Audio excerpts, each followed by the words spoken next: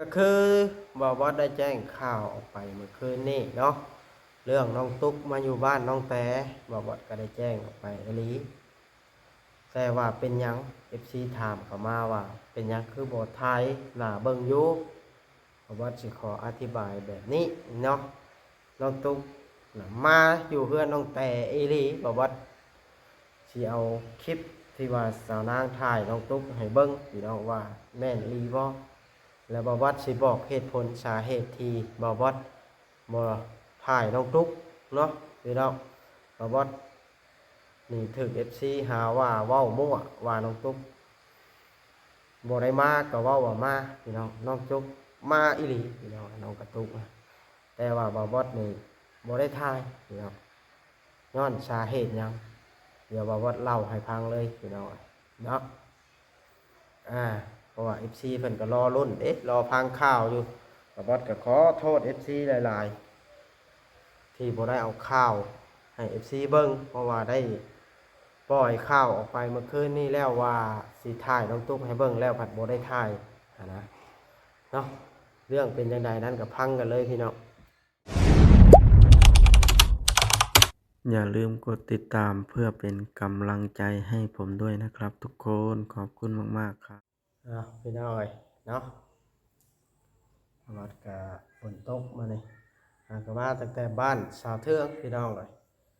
และบอบอสกะสิออกมาตอบคำถาม FC ที่ถามมาเลือกน้องตุ๊กกันแหละพี่น้อยที่ว่ามาอยู่บ้านน้องแต่เนาะก่อนอื่นต้องกราบทักทายสบายดีเด้อ FC ที่หักแพงเบิดทุกกุสู่คนของบ่าววัดเนาะวัดกะสิขอออกมาอธิบายในเรื่องคลิปที่ลงมือคืนเนาะที่บ่าววัดอธิบายไปว่าที่บ่าววัดได้เล่าให้พังเนาะว่าน้องตุ๊กมาอยู่เฮือนน้องแต่เรียบร้อยแล้วตอนนี้เนาะนั่นก็คือความจริงพี่น้องเนาะนั่นก็คือความจริงว่าบ่ได้ตัวตั้งแต่ใดๆพี่น้อง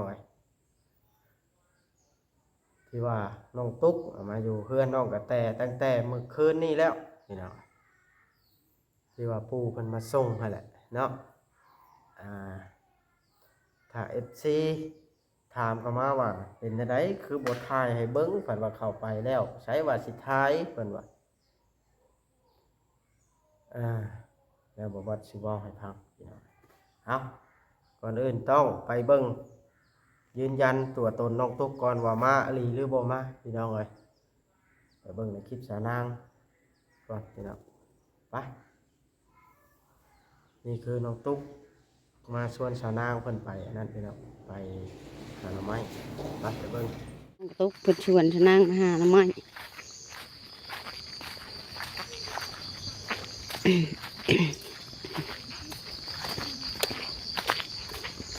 สับ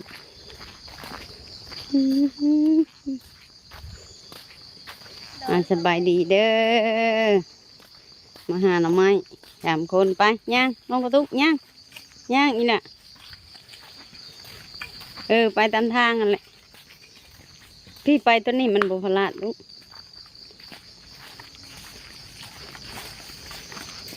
น้องกระตุกมาสู่ไปหาหน่อไม้วะติอยากแกงหน่อไม้วะ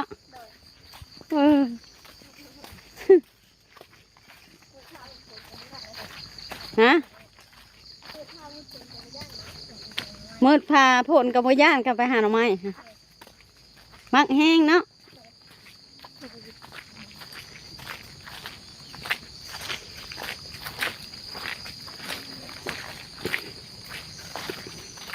เอาไปขายที่ถังเท่าไหร่แพงนะเนาะไพ่เคยเอาไปขายอยู่ป้า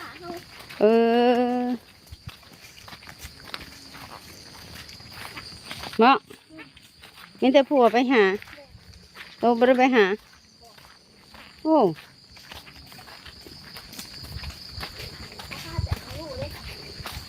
ขาเอาลูกมาให้พวกไป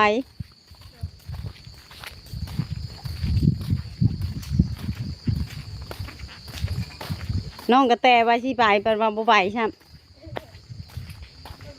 เป็นได้จะมาไปคาเวียอืมผ่าชวนอ้อยนี่ลุงไปกับฮอดทำไมพี่น้องเบิ่งมันสิได้บ่หน่อไม้ห้อง จะดีใจนะเหมือน ห้องอันนี้บ่ได้ก็ดีใจเฮ็ดได้ดีใจหยังเดี๋ยวนี้บ่ได้ก็บ่ดีใจ มัดเรื่อง มันมัดอีกอยู่ค่ะแต่เอาลูกบ่ เมื่อยอยู่เฮือนอยากไหวเลย ทั้งบางอย่างก็ดีนะก็ดีใจเลยนะ โยมจะมีลูกก็ต้องอยู่เอาลูกเลยเฮ้ย บางอย่างก็ดีนะตัวได้ยาหนึ่งได้ยาหนึ่งด้วยตูบกับเจ้าก็จะมาเลี้ยงงูได้ชนอ้อย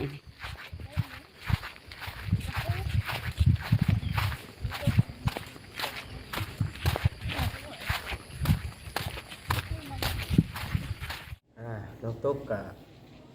มานอนคืนหนึ่งเพิ่นกับหาหน่อไม้มาแกงตอนเที่ยงกับสาวนางพี่น้องไว้ขยันเนาะที่เชื่อแล้วว่าบัดนี้ว่าน้องตุ๊กมาไอ้ลีเนาะแต่ว่าบาดนี้พี่น้องแต่ว่าเป็นหยังบ่บดจังบ่ได้ถ่ายถามเรื่องราวให้ FC พ่อแม่พี่น้องเบิ่งพี่น้องบ่บดสิเว้าให้ฟังในคลิปนี้เลยแล้วกันเนาะก็คือเรื่องมันเป็นแบบนี้พี่น้องมันเป็นดราม่าพี่น้องเนาะถ่ายน้องตุ๊กถ้าเขาถ่ายน้องตุ๊กน้องแต่ปั๊บลงไปเขาขั้นตอนแรกเขาสิถามเกี่ยวกับมาหยังนี่เราเขาคิดเบิ่งนะมาอยู่เลยบ่หรือว่าจังไดจังซั่นไดที่เป็นหยังคือบ่อยู่น้ำพัวมันสิคำบ่ถามมันเป็นไปบ่ได้เราก็สิจะพลาดหนาน้องตุ๊กมันก็สิเล่าบาดแนวนั้นแนวนี้หันหนาพี่น้องบ่วัดก็เลยบ่ถ่ายบาดน้องตุ๊กก็ย่างไปมาอยู่แล้วมันก็ได้มันก็คือมันแล้วคือน้องตุ๊กก็ล่ะก็เว้าหัวอีกจะอ้อยคือเก่าล่ะแต่ว่าคนน้อยเนาะมาบัดมาผู้เดียวบาดนี่ลูกก็บ่ได้มาน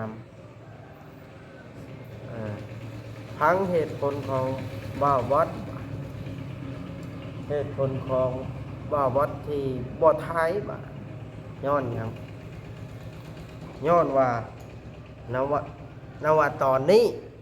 เวลานี้ก็คือบ่าวโอลิเพิ่นได้รับหน้าที่เป็นสะพานบุญเฮ็ดเฮือนสาวเทืองอยู่ต่อนี่พี่น้องเนาะกำลังเฮ็ดเฮือนสาวเทืองอยู่บ่อยากให้มีดราม่าเข้ามาวุ่นวายปวดหัวว่าง่ายซะบ่อยากให้มันเป็นดราม่าปวดหัวคือเฮือนอ้ายน้องตุ๊กหันเฮาบ่เอ่ยชื่อซะว่าเป็นไผคือเฮือนอ้ายน้องตุ๊กหันช่วงนึงหันเป็นดราม่าจนเฮือนสิบ่แล้วปวดหัวจนสิตายอันนั้นสาเหตุแหละอันนี้ก็เลยบ่ได้ทายพี่น้อยบ่วัดก็เลยตัดสินใจนะบ่ทายทั้งที่บ่บดนะได้เว้าออกไปแล้วคลิปเมื่อคืนนี้พี่น้องคลิปเมื่อคืนนี้บ่บดเว้าว่าสิเข้าไปถามเรื่องราวน้องตุ๊กแต่ว่าปกลงไปเนาะแค่เฮาแจ้งข่าวว่าน้องตุ๊กนะ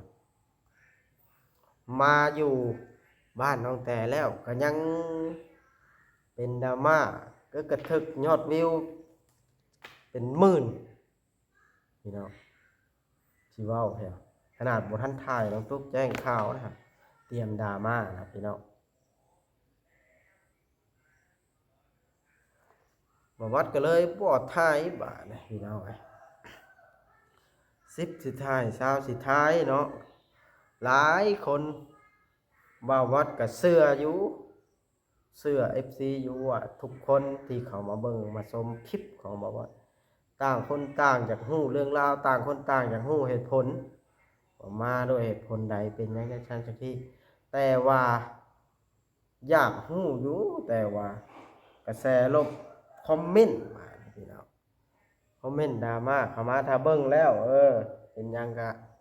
แล้วไปอย่ามันจังซั่นจังซี่บ่คอมเมนต์ด่าต่างๆนานาว่านั้นก็บ่เป็นหยังเนาะอืมหลักๆก็คือแบบนี้แหละพี่น้องบอกว่าจะบ่ถ่ายย้อนย่านมันเป็นปัญหาตามมาทางผู้หลักผู้ใหญ่ผู้เพิ่นเบิ่งคลิปผู้เพิ่นเฮ็ดเฮือนนั่นแหละพี่น้องเอาง่ายๆซะเพิ่นสิปวดหัวเนาะเกี่ยวกับดราม่าก็เลยบ่ถ่ายพี่น้องเอ้ยเพราะว่าคันถ่ายคลิปลงไปผลประโยชน์ที่ได้น่ะมันมีแต่บ่บดผู้เดียวพี่น้องผลประโยชน์ที่บ่ได้รับมีแต่บ่บดผู้เดียวได้รับยอดวิวนั่นแหละว่าง่ายๆซะแต่ว่าผลเสียถึงสิบ่ดราม่าเกี่ยวกับเรื่องเฮือนที่เฮ็ดอยู่ตอนนี้ก็อย่าแต่ว่ามันมีคำด่าแหละมันในใต้ช่องคอมเมนต์มันเพิ่นผู้เบิ่งเฮาหั่นน่ะเพิ่นละปวดหัวเพิ่นละบ่อันอยากให้มันมีเรื่องดราม่าว่าง่ายๆซะวัดก็เลยบ่ถ่ายดีกว่าตัดสินใจถึงสิบอก FC ไปแล้วว่าสิสัมภาษณ์น้องตุ๊กก็อย่าต้องขอโทษ FC หลายๆขอโทษจากใจพี่น้องบอสขอโทษอะไรเรื่องเลยที่บอสได้ข่าวมาให้ FC ทั้งที่แจ้งไปแล้วเนาะบอสกับสิกลายเป็นคนตัวคือเก่ามาแต่ความจริงบอสกับบอได้ตัวบอสก็เอาหลักฐานมาให้เบิ่งแล้วว่าน้องตุ๊กมาอยู่อะไรเนาะ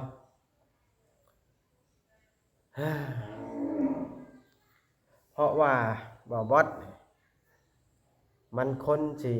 ช่างหลายพี่น้องบ่ฮู้คือกันว่าย้อนหยังบอสสินำเสนอข่าวมาให้เบิ่ง FC เบิ่งแล้วสิด่าบอสได้บาดพี่น้องเพราะว่าบอสเคยเจอมาหลายแล้วทั้งที่บอสก็เป็นคนนำข่าวมาให้เบิ่งมันบ่แม่นเรื่องของบอสก็แค่เสนอข่าวเนาะประมาณแต่ว่า FC มาด่าบ่มักบอสนั่นแล้วนี่นะแทนที่สิโอ้เรื่องราวคนผู้นี้มันเป็นจังซั่นจังซี่เนาะแทนที่ก็ขอบใจกันที่เอาข่าวนี้มาให้กันเบิ่งให้กันชมเด้อมันแบบนี้มันก็สิมีกำลังใจแน่นะสมมุติว่าอันนี้อุ้ยบักอันนี้ขออนุญาตนำหาแต่เรื่องแต่ราวเนาะมึงอยู่บ่เป็นบ่อยู่บ่เหมาะแบบแม่จังซั่นจังซี่นะความหมายของ FC ด่านะไผสิอันนั้นบาดนี้พี่น้องเนาะนี่แหละก็คือสาเหตุพี่น้องสาเหตุที่บ่าวบอสชาแนลบ่ได้ถ่ายมื้อนี้ค่ะย้อนจุดประสงค์ย่านมันดราม่านี่แหละพี่น้องเพราะว่าการดราม่านี่มันบ่มีหยังดีดอกพี่น้องน้องก็เสียหายถึกด่าผู้หักแพงน้องเพิ่นก็มีอยู่พี่น้องผู้ฝากเงินให้น้องเพิ่นก็มีสมมุติว่าถ่ายลงไปนะผู้ด่าก็มีมันหลายแง่หลายมุมมันคนเฮามันมักบ่คือกันพี่น้องบางคนก็มักให้บ่าวบอสเนี่ยถ่ายคลิปนำข่าวมาให้เบิ่งบางคนสิบ่มักบ่าวบอสถ่ายข่าวให้เบิ่งนี่เขาว่าสิเปรียบเทียบของคนเป็นหยังมันจังต้องการบอกคือกัน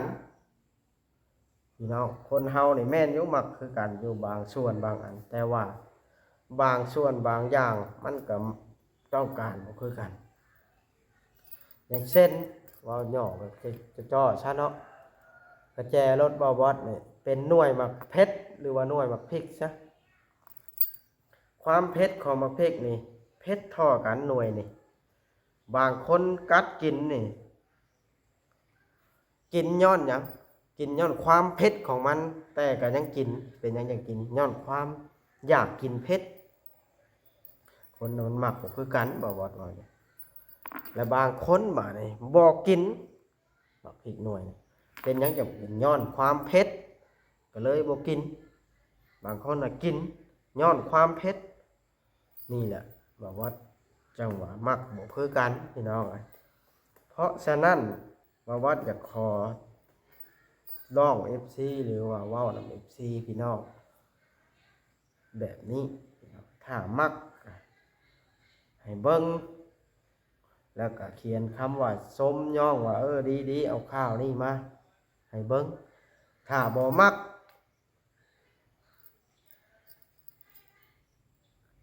ก็เลื่อนผ่านบ่เบิ่งหรือว่าเบิ่งแล้วก็บ่ออกความคิดเห็นใดๆเฮาบ่มักเฮาบ่ใส่ใจก็บ่ต้องเบิ่งซ้ำว่าซั่นไปประมาณมันก็จบได้ล่ะมันก็บ่เห็นอีกเรื่องราวของเฮาหั่นนะแต่ว่าคนส่วนหลายมันสิด่าแบบเช่นเดียวกับบาวบอสเนี่ยเทียบใส่หมักพริกนี่แหละหมักพริกหน่วยนี่สมมุติเฮาอยากเฮาก็กินอยากเผ็ดเฮาบ่อยากเฮาก็บ่กินก็แล้วไปนะนี่แหละเนาะคนเฮา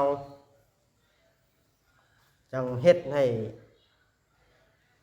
มาแพงคือกันบ่ได้พี่น้องให้มาแพงบ่บอสผู้เดียวบ่ได้เฮ็ดให้ช่างนี่ได้เฮ็ดให้ FC ช่างนี่เฮ็ดให้แพงนี่แพงเบิดกูคนบ่ได้เฮ็ดให้ช่างนี่เบิดกูคนนี่อาจสิได้เพราะว่าความชั่วนี่มันเฮ็ดง่ายความดีมันเฮ็ดยากพี่น้องเนาะบ่บอสก็จักสิเว้าหยังต่างๆนานาให้ FC ฟังที่ออกมาเว้ามานี่ก็คือบ่แม่นข้อแก้ตัวใดๆทั้งสิ้นพี่น้องที่บ่บอสเสนอคลิปออกไปตั้งแต่เมื่อคืนนี่ว่าน้องตุ๊กมาเพราะว่ามี FC คอมเมนต์มาว่าบอกว่าคิดตัวเว้าเรื่องเอาซื่อน้องตุ๊กบ่ได้มาก็ว่ามาหาแท้จริงมาอีหลีบอกว่าก็ให้เบิ่งคลิปแล้วเนาะพี่น้องอันที่บอกว่าเฮ็ดคลิปก็เพื่อยืนยันความบริสุทธิ์ที่ว่าบอกว่านี่ได้เว้าความจริงว่าน้องตุ๊กน่ะมาเฮือนน้องแต่แล้วเนาะถ้าบอกว่าเงียบไปบอกว่าออกมาเว้า FC ก็สิบ่ฮู้ดอกว่าน้องตุ๊กน่ะมาอะไรเนาะแต่ว่าบ่บอสก็ได้ยกตัวอย่างไปแล้วที่สาเหตุที่บ่ถ่ายนั่นก็คือย่านมันเกิดเหตุดราม่าเฮ็ดให้ปวดหัวก็ง่ายซะเอาพี่น้องเอ้ยทาง FC ที่อยากฮู้ข่าวชั้นใดก็ต้อง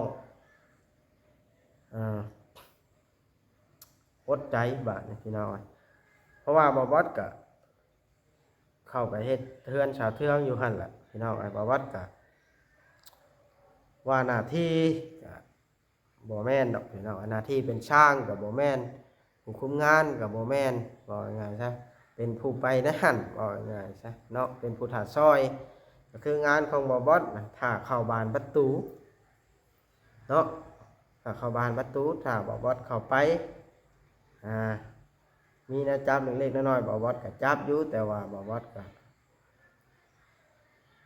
คือขึ้นไปตอบอันปานล้มบ่บอสก็ขึ้นเมื่อวานนี่เนาะแต่ว่าช่างเพิ่นก็พอคนอยู่แล้วนะกับช่างเวียงช่างดีก็3แล้วช่างเนืองอีก4นะ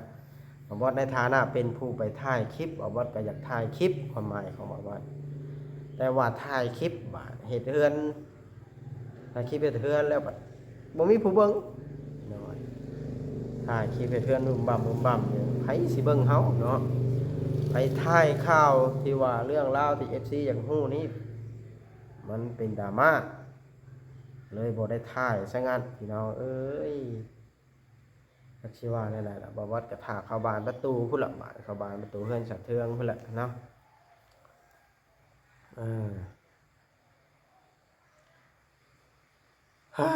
เมื่อยหัวใจเนาะไอ้บ่ว่าก็ได้ช่วงนี้บ่ว่าก็ ว้าวตรงๆครับบ่ได้ค่อยรับงานเป็นสะพานบุญทางใดพี่น้องเอ้ยเพราะว่ามันแบบว่าบ่วัดน่ะบ่มีผู้ไว้วางใจรับให้เป็นสะพานบุญเพราะว่าบ่วัดน่ะเป็นคนมักดราม่านะความหมายของ FC เนาะการดราม่านี่มันก็ขึ้นอยู่กับพื้นที่พี่น้องพื้นที่บ่อนดราม่าก็ดราม่าบ่อนบ่ดราม่าก็บ่มีได้พี่น้องเอ้ยอย่างเช่นเฮาไปเฮ็ดห้องน้ำเบาคำลาเนาะก็ยังบ่ได้มีไผด่าจักคนพี่น้องคันบ่อนมันบ่ดราม่านะเฮ้ยเอาบ่บอดก็เว้าหลายยายห่างพี่น้องคลิปนี้ก็ได้จบคลิปลงซะก่อนเด้อพี่น้องFC พี่น้องเอามาเบิ่งคลิปแล้วก็เข้าใจบ่บอดนำในเด้อที่บ่ได้ถ่ายคลิปก็